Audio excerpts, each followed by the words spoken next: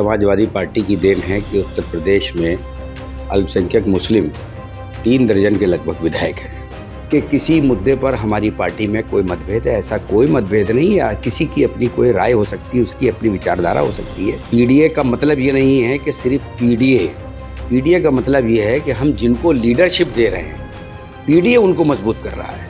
Bharatiya Janata party ने भगवान राम का इस्तेमाल किया है सत्ता को हासिल करने के लिए। उत्तर प्रदेश की अगर बात करें तो बीजेपी के बाद जो सबसे बड़ी पार्टी है समाजवादी पार्टी, वो यहाँ पर चुनाव की तैयारियां कर रही है। हालांकि बहुत सारे ऐसे मुद्दे हैं जिनको लेकर समाजवादी पार्टी हो चाहे कांग्रेस हो, उनके बीच में आपस में टकराव भी रहता है, लेकिन गठबंधन की बात भी चल रही है। आज हमारे साथ कानपुर में मौजूद हैं समाजवादी पार्टी के विधायक मोहम्मद हसन रूमी। उनसे कुछ मुद्दों पर हम लोग बात कर लेते हैं। रूमी जी, सबसे पहला सवाल है वो ताज़ा सवाल है कि राज्यसभा सदस्यों पे तो भी नाम गए हैं, उस पे पार्टी के अंदर भी आपके और वैसे भी कई लोग कह रहे हैं कि कोई भी मुस्लिम चेहरे का नाम नहीं दिया गया और इसकी वजह से बहुत ज़्यादा रोष है। आप खुद भी समाजवादी पार्टी के विधायक हैं और एक मुस्लिम वर्ग को आप रिप्रेजेंट भी करते हैं। क्या कारण है कि कुछ नहीं दिया गया? देखिए, समाजवादी पार्टी की देन है कि उत्तर प्रदेश में अल्पसंख्यक मुस्लिम 3 दर्जन के लगभग विधायक हैं और जब विरोध करना होता है किसी को तो कोई बहाना चाहिए होता है। पार्टी चलाने के लिए, अपनी नीति को सड़क पे उतारने के लिए जो फैसले करती है वो पार्टी बेहतर करती है। हमारा इसमें कोई मतभेद नहीं है। मैं भी मुस्लिम हूँ और हमारी पार्टी ने तमाम मुस्लिम विधायकों को लीडरशिप दी है और हमारी पार्टी हमेशा मुस्लिम मुद्दों को, मुस्लिम क्या बल्कि उन लोगों को जो समाज में जिनको ज़रूरत है नेतृत्व की, जिनको ज़रूरत है विकास की, जिनको ज़रूरत है अपने समाज को आगे बढ़ाने की, पार्टी ने हमेशा ऐसे अपेक्षित वर्ग को आगे उसकी आवाज़ बनी है और उसमें मुस्लिम भी हैं, दलित भी हैं, बैकवर्ड भी हैं और मैं तो कहता हूँ कि वो उपेक्षित अगड़े जिनको किसी ने कहीं नहीं पूछा, उनको हमारी पार्टी ने पूछा। चाहे वो मनोज पांडे जी हों, चाहे वो विनोद चतुर्वेदी जी हों, चाहे अमिताभ वाजपेयी जी हों, चाहे राकेश सिंह जी हो, चाहे अभय प्रताप सिंह हो, हमारी पार्टी के अंदर आपको सारे रंग मिलेंगे। इसलिए ये कहना कि किसी मुद्दे पर हमारी पार्टी में कोई मतभेद है, ऐसा कोई मतभेद नहीं है। किसी की अपनी कोई राय हो सकती है, उसकी अपनी विचारधारा हो सकती है। हमारी पार्टी ने सारे वर्गों को आगे बढ़ाने का काम किया है। तो फिर आपके जो राष्ट्रीय अध्यक्ष है वो पीडीए की बात लेके क्यों चलते हैं? पिछड़ा, दलित और अल्पसंख्यक, आपने अभी खुद कहा कई सारे नाम भी ऐसे बताए हैं जिनमें वाकई में पार्टी के अंदर काफी बड़े नाम हैं। मैंने आपके सामने उदाहरण रखा है। पीडीए का मतलब ये नहीं है कि सिर्फ पीडीए का मतलब ये है कि हम जिनको लीडरशिप दे रहे हैं, पीडीए उनको मजबूत कर रहा है। अगर हमने अमिताभ वाजपेयी को हमारी पार्टी ने टिकट दिया तो आप खुद जानते हैं, आप तो कानपुर के हैं, तो उस विधायक को पीडीए का मत मिला, पीडीए का वोट मिला, तब वो विधायक बना। तो पीडीए जिसको भी वोट देगा, पार्टी हमारी जिसको भी टिकट देगी, पीडीए उसको वोट देगा, चाहे वो ठाकुर हो, चाहे वो ब्राह्मण हो, चाहे वो दलित हो, चाहे वो अल्पसंख्यक हो। पीडीए का मकसद ये है। पीडीए का ये मकसद नहीं है कि हम सिर्फ पीडीए के लिए बने हैं। पीडीए हमारी पार्टी की लीडरशिप को मजबूत करता है। पार्टी जिस भी लीडर को टिकट देती है, जिसको बेहतर समझती है, पीडीए उसको मजबूत करता है। पीडीए का फुल फॉर्म मैंने आपको बताया, पिछड़ा, दलित, अल्पसंख्यक और वो अगड़े जो उपेक्षित है। जरूरी नहीं है कि भारतीय जनता पार्टी ने सारे अगड़ों का उत्थान किया हो। जरूरी नहीं कि भारतीय जनता पार्टी ने तो कोई अल्पसंख्यक को लीडरशिप दी नहीं। ये समाजवादी पार्टी है जिसने अल्पसंख्यकों को लीडरशिप दी। हर क्षेत्र में, हर विधानसभा क्षेत्र में, हर शहर में एक एक दो दो लीडर अल्पसंख्यक मुस्लिम को दिया और जहां ज़रूरत पड़ी वहां ठाकुर को भी दिया, वहां ब्राह्मण को भी दिया। इसलिए पीडीए हमारी एक मजबूत स्तंभ है और ये पीडीए ही एनडीए को हराएगा, चाहे उसमें कुछ भी हो जाए। विधानसभा की अगर हम बात करें तो विधानसभा किसी भी दल से ऊपर होता है। वो वहाँ के सदस्य होते हैं और सभी एक विधानसभा के नीचे आते हैं। फिर क्या कारण रहा कि जब विधानसभा की तरफ से वहाँ के जो विधानसभा अध्यक्ष हैं उनके नेतृत्व में सारे सदस्य गए, सिर्फ और सिर्फ समाजवादी पार्टी के जो विधायक थे वो राम मंदिर के दर्शन करने नहीं गए? देखिए, हम आपको बता दें कि भारतीय जनता पार्टी ने भगवान राम का इस्तेमाल किया है सत्ता को हासिल करने के लिए। ये सब लोग जान गए हैं।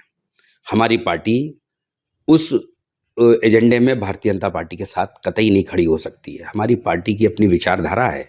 हमारे नेता आदरणीय अखिलेश यादव जी ने कहा है कि हम सारे विधायकों को, हम जब भी जाएंगे, जब भी वहाँ से बुलावा आएगा, हम अपने साथ लेके जाएंगे, अपने संसाधनों से जाएंगे, किसी को जाने और वहाँ, ये तो देखिए एक पॉलिटिकल इवेंट बनाया जाता है भारतीय जनता पार्टी में। भारतीय जनता पार्टी के अंदर तो ऐसा होता है कि आप पूजा करो तो पहले लाइट, कैमरा, साउंड ये दिखाओ।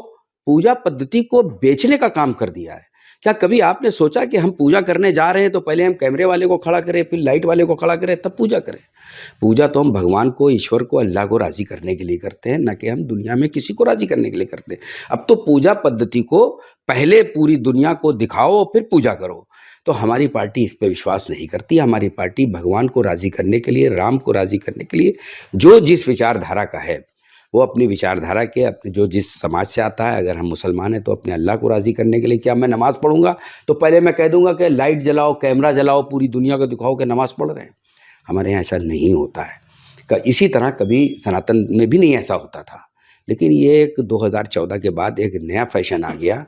तब तो हमारी पार्टी में वो भी करना पड़ रहा है जो दूसरे लोग करते हैं, क्योंकि भैया धर्म की अफीम अगर एक बार खा लेगा तो उसका नशा जल्दी नहीं उतरेगा। ये हमें लगता है बीजेपी के लोगों ने जनता के इमोशन को समझ करके इसको धरातल पे लाने के लिए एक नया एक आइडियोलॉजी, नया एजेंडा, नया सिस्टम तय किया जो बहुत दिनों तक नहीं चलेगा। क्योंकि बहुत दिनों तक चलेगा, हमारे पेट में रोटी है, हमारे क्षेत्र में विकास है, हमें रोज़गार मिल रहा है, हम महंगाई से कैसे लड़ें, बहुत दिनों तक यही चलेगा। लॉन्ग लास्टिंग चीज़ें ये हैं। शॉर्ट लास्टिंग चीज़ों पर भारतीय जनता पार्टी ने अपने आप को स्थापित ज़रूर कर लिया देश के अंदर, अपने आप को देश के अंदर सबसे बड़ी पार्टी ज़रूर बना लिया है। लेकिन आप ये समझ लीजिए कि आने वाले दिनों में जब तक जनता के सारे मुद्दों से भारतीय जनता पार्टी ने जो संकल्प पत्र दिया था, जब तक उस संकल्प पत्र में खरी नहीं उतरेगी, तब तक के ये बहुत दिनों तक नहीं चल पाएगी। आने वाले दिनों में बहुत जल्दी देश की जनता जागेगी। देश की जनता को मालूम है कि हमारे घर में मंदिर है, हमारे दिल में राम है, हमारे दिल में अल्लाह है, हमारे दिल में भगवान है। हम उसको पूजते हैं, हम किसी के कहने से थोड़ी पूजा करते हैं, नमाज पढ़ते हैं। तो ये जनता की आवाज़ नहीं है, ये जनता में थोपी जा रही है। आपके पार्टी के एक नेता हमेशा से ही अप्रिय स्थिति पैदा करते रहे हैं, आलाकमान के लिए भी, पार्टी के लिए भी, स्वामी प्रसाद मौर्य। अब उन्होंने इस्तीफा भी दे दिया। वो हमेशा एक वर्ग विशेष को टारगेट भी करते रहे हैं, और अब जब इस्तीफा उन्होंने दिया है तो बहुत सारी उन्होंने शिकायतें आपके राष्ट्रीय अध्यक्ष से भी करी हैं और पार्टी को लेके भी करी है। इस पे क्या कहते हैं?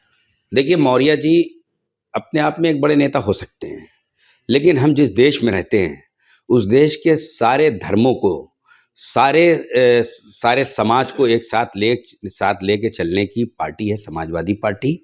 और समाजवादी पार्टी की विचारधारा है कि किसी के धर्म को की अनादर न करो, किसी के धर्म को बुरा ना कहो, सारे धर्म अपने आप में बड़े हैं।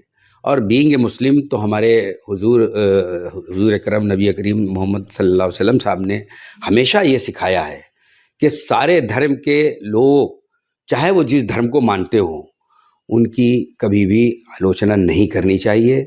और क्योंकि एक किस्सा आपने अगर आपके चैनल में दिखा दिया जाए कि मोहम्मद साहब ने जब एक गली से गुजरते थे तो एक बुढ़िया रोज़ कूड़ा फेंकती थी उनके ऊपर, और वो बुढ़िया कोई मुसलमान नहीं थी, रोज़ कूड़ा फेंकती थी। एक दिन जब उसने कूड़ा नहीं फेंका तो मोहम्मद साहब ने जाके पूछा कि माई कहाँ है, तो लोगों ने बताया बहुत बीमार है।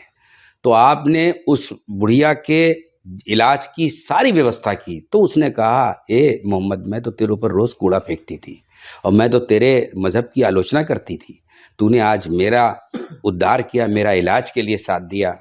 तो इस तरह के मोहम्मद साहब के मानने वाले हम लोग हैं, और हम लोगों को कभी नहीं सिखाया गया कि हम लोग किसी भी धर्म की आलोचना सुने या आलोचना करें। तो इसलिए आपने मौर्य साहब का जो जवाब सवाल किया, तो हम इस तरह के एजेंडे में उनके साथ नहीं हैं। बीइंग ए मुस्लिम हम कतई नहीं है।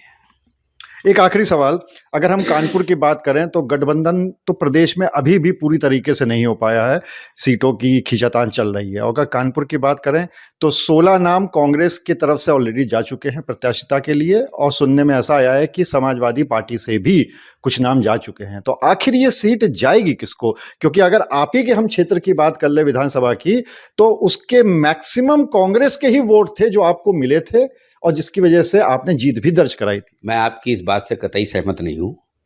क्योंकि 2017 में जब गठबंधन हुआ, उससे पहले 2012 में मैं समाजवादी पार्टी का प्रत्याशी था और मेरे मैक्सिमम वोट थे। मैं बहुत कम वोटों से हारा था, कांग्रेस मुझसे हारी थी। गठबंधन में किन्हीं परिस्थितियों में आदरणीय राष्ट्रीय अध्यक्ष अखिलेश यादव जी ने मुझको टिकट देने के बाद मुझसे कहा कि तुम छोड़ दो। मैंने छोड़ दिया और उसके बाद 81,000 वोट हमारी पार्टी का कांग्रेस को मिला। और जब 81,000 वोट कांग्रेस को मिला, कांग्रेस के प्रत्याशी को मिला, जब मैं चुनाव नहीं लड़ा और ऊपर वाले ने ऐसा करिश्मा किया कि उसी 81,000 वोटों से वो मुझसे हारा। तो वो कांग्रेस का वोट नहीं था। मैं समाजवादी पार्टी के झंडे को लेकर पूरे शहर में और विशेष रूप से छावनी विधानसभा में 2011 में जब डिलिमिटेशन हुआ था यहाँ का, उस दिन से और आज तक लगातार मैं लगा हुआ हूँ और मेरी पहचान अखिलेश यादव जी और साइकिल और समाजवादी पार्टी है।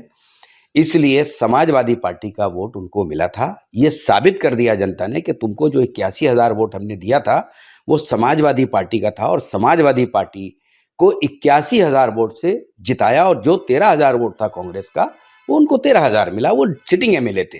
तो इस बात का मैं आपकी इस बात से कतई सहमत यूं नहीं हूं कि आपको मैंने पूरा एग्जाम्पल बता दिया। मतलब ये कहा जा सकता है कि समाजवादी पार्टी का वोट जो है वही कांग्रेस को मिला था। जी। तो फिर इस हिसाब से आप ये मानते हैं कि कानपुर की सीट लोकसभा की समाजवादी पार्टी को मिलनी चाहिए? बिल्कुल मैं ये मानता हूं और मैंने राष्ट्रीय अध्यक्ष जी से भी कहा है, लेकिन पार्टी जिसको बेहतर समझेगी। देखिए, पार्टी की सोच, हमारी सोच जहां से खत्म होती है वहां से शुरू होती है। शीर्ष नेतृत्व जो फैसला करेगा, वैसे तो हमारे 3 एमएलए हैं, हमारा क्लेम मजबूत है और राष्ट्रीय अध्यक्ष जी से भी हम लोगों ने ये आग्रह किया है। हम ये चाहते भी हैं कि ये सीट समाजवादी पार्टी के खाते में जाए, लेकिन हम लोग पार्टी के फैसले के साथ हैं और पार्टी जहां पे जो जिस परिस्थितियों में, देखिए जिस परिस्थितियों में देश गुजर रहा है, हमारी प्राथमिकता यह है कि हम लोकतंत्र और संविधान को बचाने के लिए पार्टी के फैसले के साथ खड़े हों। हम आपसी लीडरशिप और आपसी लड़ाई, ये सब हम लोग, जब हम लोकतंत्र को बचा लेंगे, संविधान को बचा लेंगे, तभी तो करेंगे। आज तो हमारा लोकतंत्र भी खतरे में है, संविधान भी खतरे में है और न जाने 2024 के बाद कौन सा एजेंडा तैयार हो रहा है और क्या होने वाला है। सभी लोग, अभी कांग्रेस के एक बड़े नेता ने कहा कि 24 के बाद चुनाव ही संभव नहीं है। तो हम लोग तो उस दौर से गुजर रहे हैं जिस दौर में लोकतंत्र की रक्षा करना हमारा और हमारी पार्टी के एक एक कार्यकर्ता नेता का कर्तव्य है। तो आप थे हसन नूमी, जिनका ये कहना है कि बीजेपी जो भी करती है वो लाइट एक्शन कैमरा के लिए करती है। इसके साथ ही साथ उन्होंने साफ तौर पे कहा कि मुस्लिम विधायक होने के नाते भी मैं मौर्य जी की जो बयान है उनसे बिल्कुल भी कभी सहमत नहीं रहता हूं। और तीसरी बात उन्होंने ये भी कही कि जैसा आला कमान कहेगा वैसा वो करेंगे, लेकिन वो ये चाहते हैं कि कानपुर लोकसभा से समाजवादी पार्टी के प्रत्याशी को खड़ा किया जाए। कैमरामैन शारिक खान के साथ अनुराग अग्रवाल, TV9 कानपुर।